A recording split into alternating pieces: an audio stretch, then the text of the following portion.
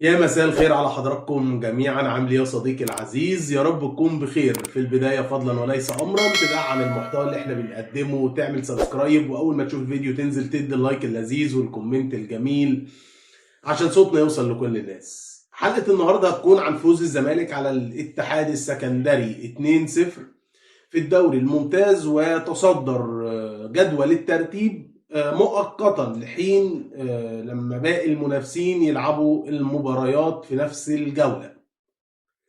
خلينا نتكلم ونحط قبل ما نبدأ المباراة وتحليل المباراة ونتكلم عن المباراة، نحط عنوان لهذه المباراة.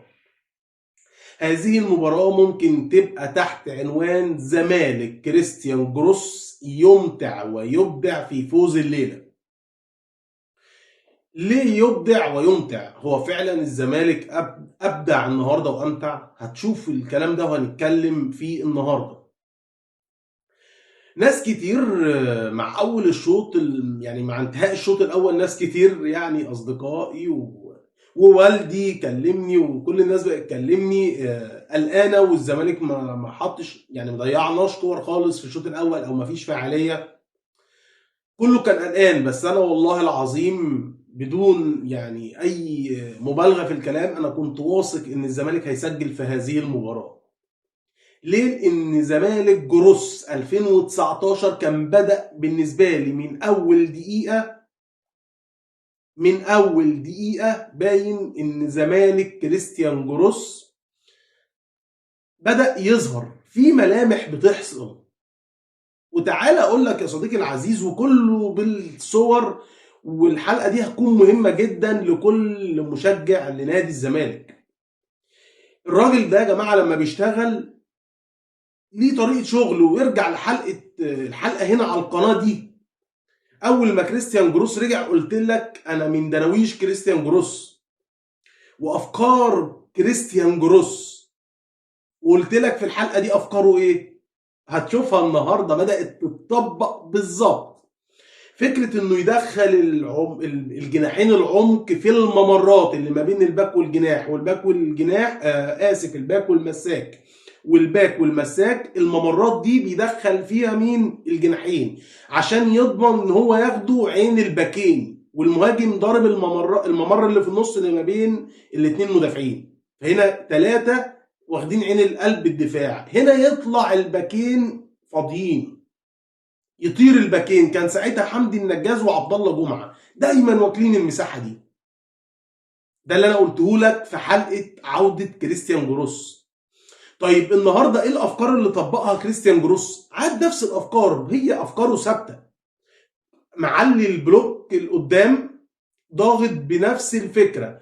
حسام اشرف، زيزو داخل العمق، شلبي داخل العمق، وعبد الله داخل يعتبر شادو سترايكر زي مين؟ بالظبط زي يوسف اوباما. كان عبد الله في الشوط الاول، خليك معايا مركز للتفاصيل. الشوط الاول في اول المباراه كان عبد الله سعيد داخل شادو سترايكر تحت حسام اشرف في دور مين؟ في دور يوسف اوباما.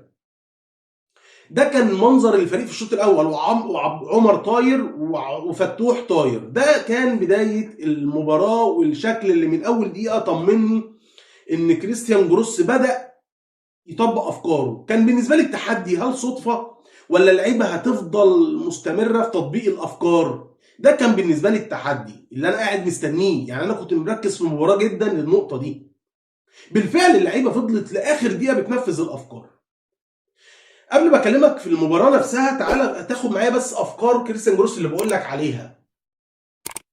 عندك دلوقتي هبين لك بالصور كريستيان جروس والفكره اللي كنت بقول لك عليها. زي ما انت شايف دلوقتي هتلاقي السهم الاحمر ده زيزو، بص ضامن للعمق ازاي وساحب معاه الباك ازاي.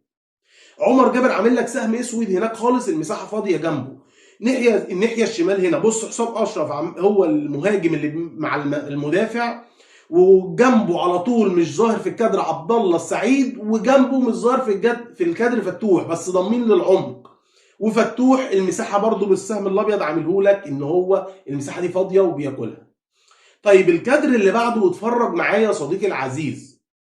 هنا اتفرج هتلاقي رقم يعني نقطة من نقط كريستيان جروس الكثافة اللي هو بيحب يعملها جوه ال 18. بص في الكادر ده باين قدامك الكثافة اللي بقول لك عليها. هنا شلبي بقى هو اللي هيرفع، فتوح ضامن كان رايح يخش للعمق ورا خالص. اللي جوه ال 18 ده عبد الله السعيد في دور قلت لك يوسف اوباما. هنا مصطفى حسام اشرف اسف اللي ورا عبد الله السعيد على طول. اللي ورا حسام اشرف على طول زيزو اللي عامل لك عليه سهم احمر رقم 3. والاخير ده كان محمد شحاته في دور فرجاني ساسي. برضه في ساسي كان دايما بيروح ياكل المساحه دي. كله بالظبط نفس الطريقه. طيب ناحيه المربع اللي عامل لك عليه فاضي ده لمين؟ بالظبط العمر جابر في دور حمدي النجاز ياكل المساحه دي. طيب بص الكادر اللي بعده، كل دي سيناريو الهجمه داير. الكره اتنقلت اترفعت وبدات ترجع تاني، وحسام عبد المجيد طلعها لعمر جابر اللي عليه دايره. هنا زيزو بعد ما كان في العمق عمل ايه؟ جري للمساحه الفاضيه بره. عمر جابر هيعمل ايه؟ هياكل المساحه اللي بتاع زيزو في الممرات. وده دايما طريقه كريستيان جروس، انا بفتح مساحه ما بين المدافع والباك، لازم يا الجناح ياكلها يا الباك ياكلها. طيب بص اللحظه اللي بعدها لما زيزو طلع لبره، هنا عامل لك سهم احمر على عمر جابر ده رايح ياكل المساحه اللي فضيت. بص المساحه بقت قد ايه. هنا زيزو لو باصها من لمسه واحده لعمر جابر خلاص بقت خطر جدا، خلاص شبه تبقى عمر يعرضها جون. لكن زيزو اتاخر شويه فالباص اتعمل لورا، عدت عمر جابر. بس بكلمك على الافكار، شفت ده اللي انا بقول لك عليه، افكار كريستيان جروس. طيب معايا لقطه تانية تعال نشوفها يا صديقي العزيز بنفس افكار كريستيان جروس دي. الشوط الثاني اللي بقول لك عليه، التحدي اللي كنت انا بتفرج عليه عايز اشوف كريستيان جروس هيعمل ايه. بص الافكار اللي قلت لك عليها تاني، اتفرج يا صديقي العزيز. هناك شلبي اللي عامل لك عليه صح سهم احمر ده شلبي. بص داخل فين؟ في الممرات. ركز في الممرات ما بين مين؟ المدافع والباك. حسام اشرف فين؟ هو المهاجم اللي تحت السهم، اللي تحت السهم الاحمر على طول. ده حسام اشرف المهاجم. زيزو اللي عامل لك عليه سهم اسود فين؟ داخل للعمق. افكار كريستيان جروس. طب عمر جابر واكل اللي عليه سهم ازرق ده، هو واكل المساحه دي كلها. هي بالمناسبه الكوره ما جاتش لعمر جابر، دي الكوره اللقطه اللي عبد الله السعيد عمل فيها دبل باص مع مصطفى شلبي، وعبد الله دخل وحطها في العارضه. اللي قبلها اول ما الكوره دي حصلت انا كنت متاكد وكتبت وانا بتفرج على الماتش في الكشكول انها قربت، الزمالك هيسجل خلاص. كانت افكار كريستيان جروس بقت اكثر شراسه في الشوط الثاني. بس انا كل ده مش بكلمك على المباراه، بكلمك على حاجات ببين لك افكار كريستيان جروس. وبص دي بقى اذا الكثافه اتعملت، اللعيبه واقفه في الممرات، عبد الله السعيد فاتح الخط، فتوح تحت جاي خالص لسه هيطلع جاي، وشحاته واقف يعتبر زي مركز 10 اللي هو كان دور فرجاني، هيبدا يجري مع الهجمه يضمن ان راحت، تلاقيه دخل جوه ال 18. ده كده يا صديقي العزيز افكار كريستيان جروس اللي قلت لك عليها، وبيطبقها بنفس افكار كريستيان جروس 2019. طب تعالى معايا كده يا صديقي العزيز في كورنر ركله ركنيه للزمالك هعرضها لك دلوقتي معايا، اللي اترفعت ودونجا عملها بدماغه لورا زي ما انت شايف. هتروح لحسام اشرف، حسام اشرف هيحطها جنب العارضه. الكرة دي بنفس الجملة وانا بتفرج عليها والله من الوهلة الاولى جت في دماغي اللقطة اللي هعرضها لك دلوقتي. افكار، انا بقول لك انا قاعد، انا كل اللي شاغل بالي وتفكيري بتفرج على المباراه والزمالك عايزه يكسب وكل الكلام الجميل ده، بس انا شاغل تفكيري كريستيان جروس هيعمل ايه. انا عايز اشوف هل هيطبق افكاره ولا الموضوع هيفضل بعيد. بس بالفعل كريستيان جروس طبق نفس افكاره، واول ما الكورنر دي زي ما بقول لك شفتها افتكرت الكورنر ده. بص الركله الركنيه دي في ماتش بيراميدز 3-3، الهدف الثاني للزمالك في نهايه الشوط الاول، اللي ابراهيم حسن رفعها على فرجاني ساسي زي ما انت شايف، فرجاني ساسي عملها لورا لمحمود علاء، محمود علاء يسجل الهدف. نفس الجمله هنا بقول لك افكار كريستيان جروس. انا وانا بتفرج شايف كريستيان جروس وافكار كريستيان جروس. اذا الموضوع اللي انا بكلمك فيه ده كله يا صديقي العزيز مش مش حاجه كده بتحصل يعني بتحصل حظ، لا، في تفكير من الراجل الكوتش اللي على الخط بيعمل حاجه.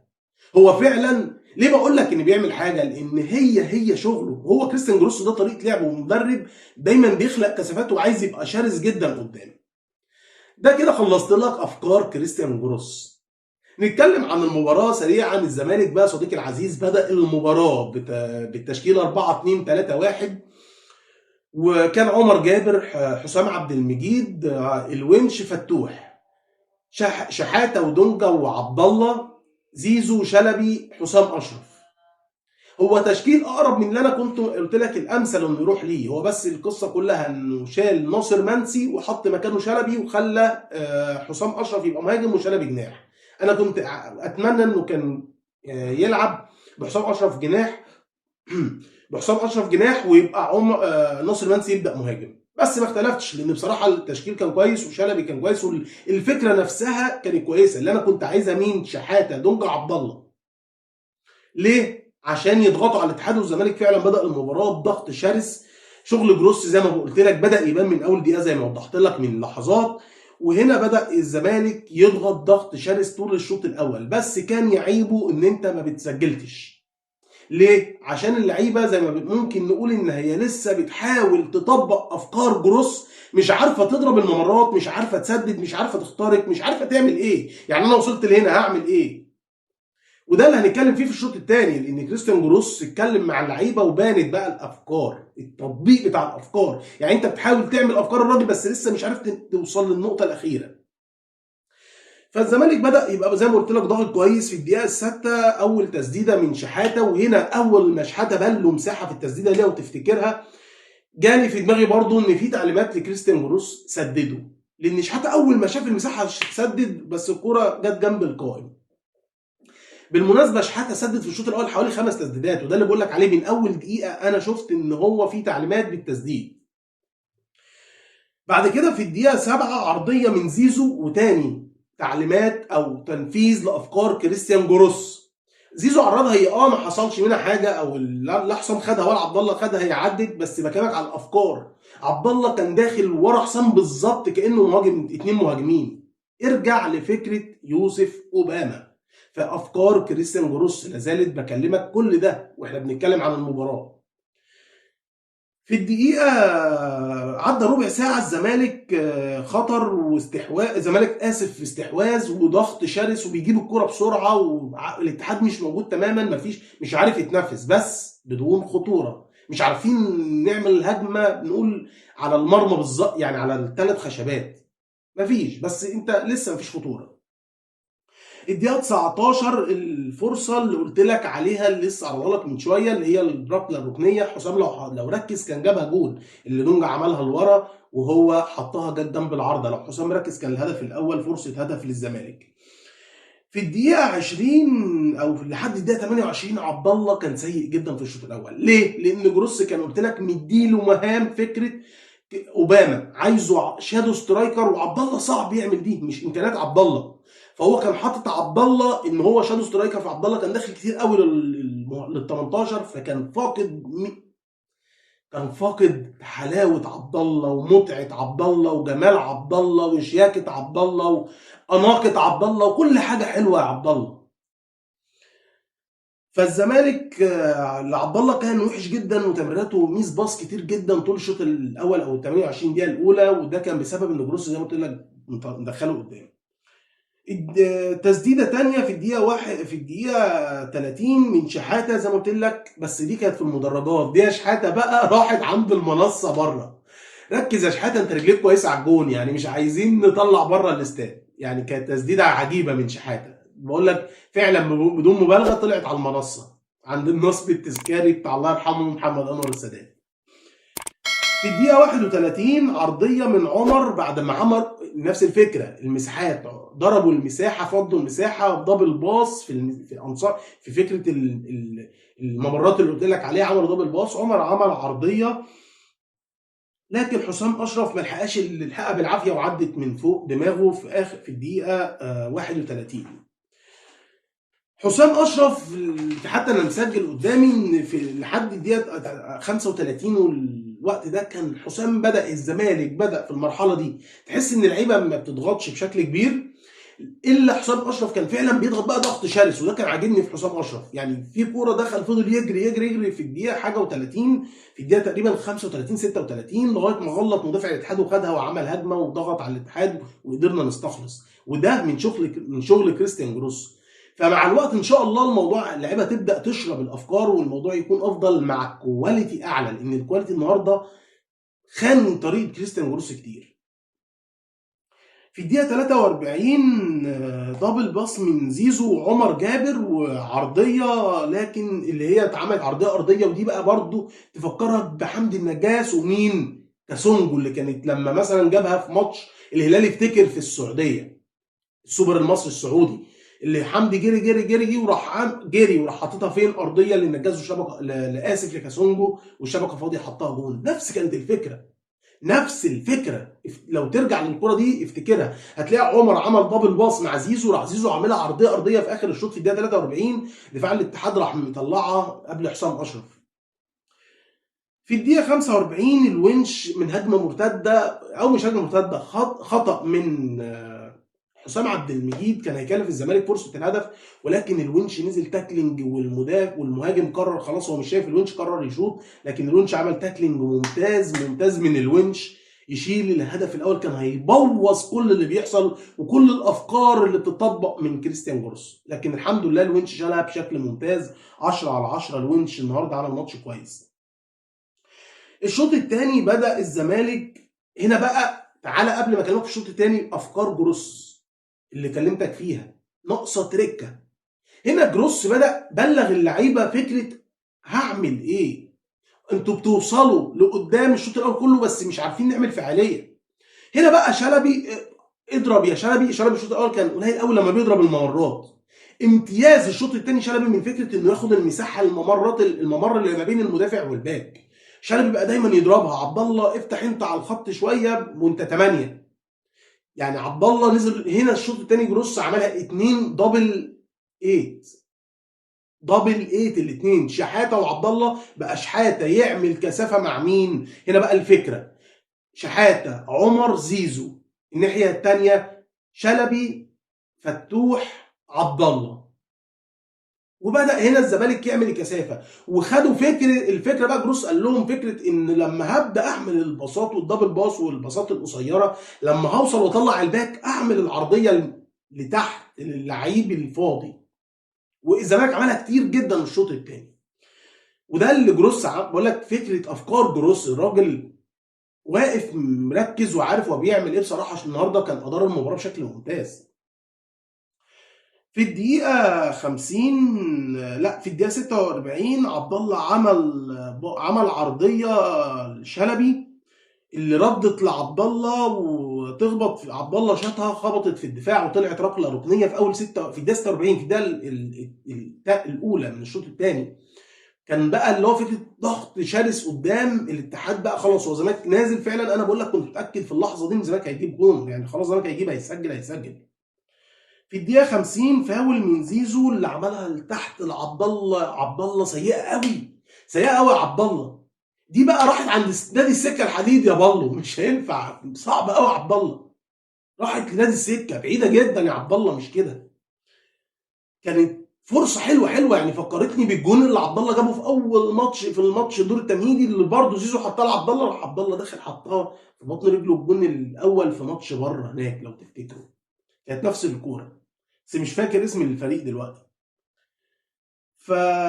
وبعد كده في الدقيقه 49 زي فضل ضاغط عرضيه من شلبي راحت العرضيه اللي عدت الكل، وشحاته دخل. لو شحاته دخل فيها بدماغه جون، شحاته استلمها وحب ما اعرفش كان عايز شحاته يعمل فيها ايه. دي ما تستلمهاش شحاته، دي تخش فيها بدماغك كان فرصه هدف. كل ده بص انا بكلمك في الدقيقه كام، 49 يعني 46 50 49 50. بص كلهم دقيقتين فرص الزمالك بيخلق فرص الشوط الثاني بشكل ممتاز. الدقيقه 62 على طول كروس قرر ينزل التغيير الافضل. طبعا انت افتكرت تغييرة ايه؟ ناصر ماج.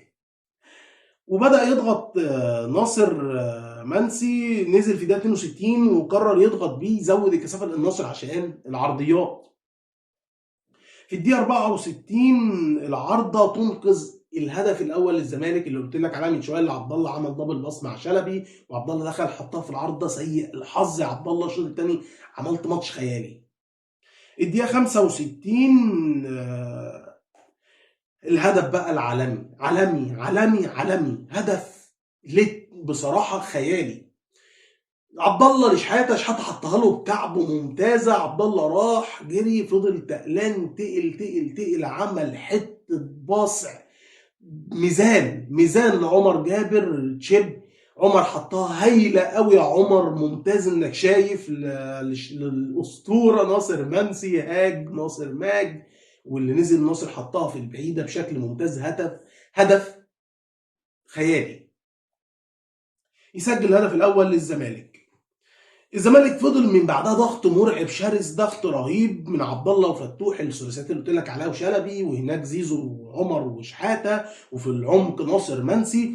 والشوط الثاني عبد الله بدا يفوق ويمتع بقى، اتفرج على الباصات لمره لشلبي، في مرتين ثلاثه لشلبي في المساحات الممتازه اللي شلبي كان بيضربها من الممرات، لزيزو، لكل الفريق. عبد الله بدا بقى المايسترو الساحر اشتغل فعلا. عبد الله عمل شوط تاريخي.